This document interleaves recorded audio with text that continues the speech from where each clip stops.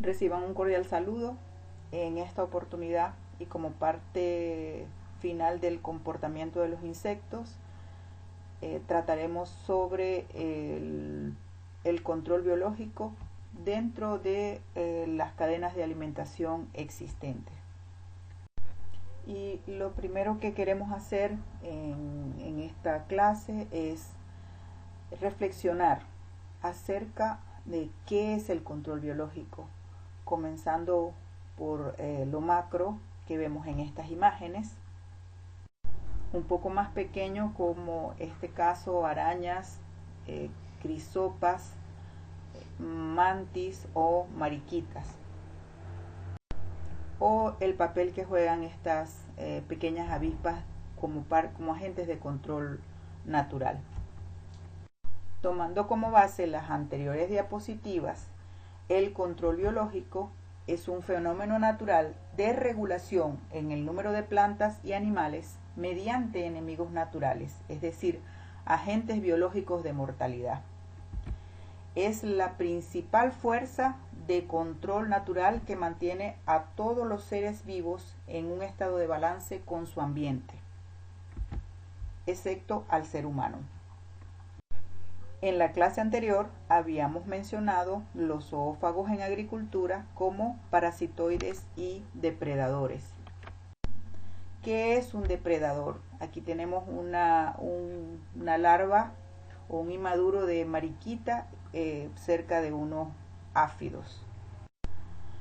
El depredador entonces se define porque en su vida consume muchas presas.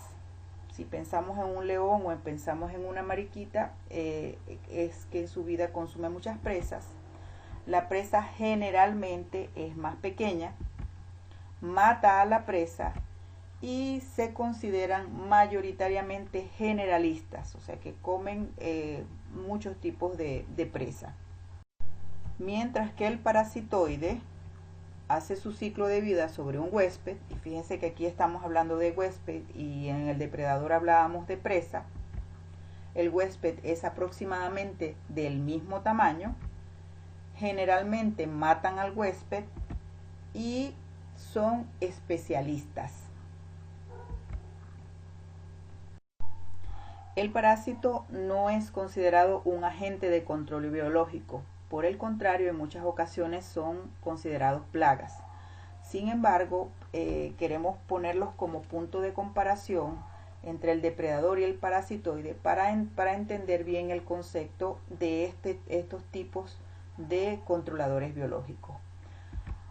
Pensemos entonces en una garrapata o un piojo.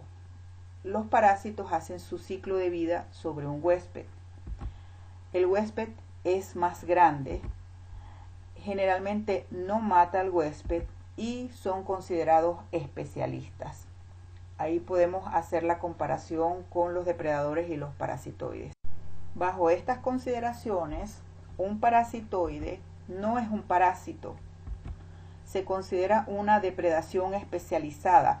Su acción: al principio el ataque es lento, que es la parte que tiene de parásito, pero al final mata al huésped rápidamente, que es la parte que tiene de depredador. ¿Qué tipos de parasitoides existen? Un endoparasitoide es aquel que se come el huésped desde adentro. Un ectoparasitoide se come el huésped desde afuera. Por supuesto, tiene que, cuando la hembra coloca los huevos, tiene que inyectarle una sustancia paralizante, porque si no, el huésped se los quitaría de encima. Existen parasitoides solitarios, donde la hembra solo coloca un huevo en el huésped, o existen parasitoides gregarios, donde la hembra coloca 2 o más huevos en el huésped. Ya habíamos hablado de los parasitoides poliembriónicos, donde la hembra solo coloca un huevo en el huésped y este tiene divisiones mitóticas y al final salen muchos individuos. Ahora, ¿dónde se ubican las plagas y dónde se ubican los enemigos naturales, que es el nombre que reciben tanto los parasitoides como los depredadores, además de los entomopatógenos? Pero aquí solamente estamos tratando parasitoides y depredadores. En la cadena alimentaria, entonces tenemos las plantas, que son los seres productores o autótrofos, y los herbívoros o fitófagos, que se alimentan de las plantas, y luego los carnívoros de primero y segundo orden se alimentan de los herbívoros, y así continúa la cadena hasta necrófagos y descomponedores. De esta manera, un cultivo se considera un ecosistema, pero dirigido a la producción agrícola, y por tanto tiene las mismas partes que una cadena alimentaria de un ecosistema natural.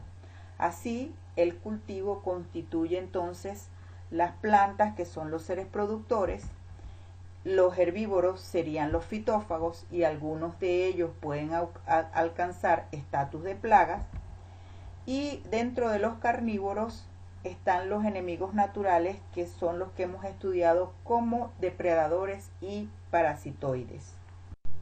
Para ilustrar lo que hemos hablado, pongamos un cultivo ejemplo, el melón como ser productor, y los fitófagos que se alimentan de ese cultivo, algunos de los cuales pueden constituir las plagas.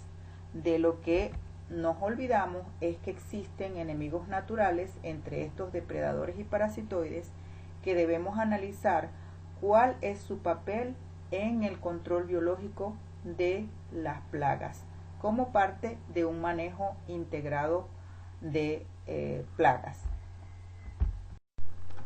Con este tema hemos concluido la unidad 1, que versa sobre los aspectos morfológicos, biológicos, metamorfosis y ecológicos.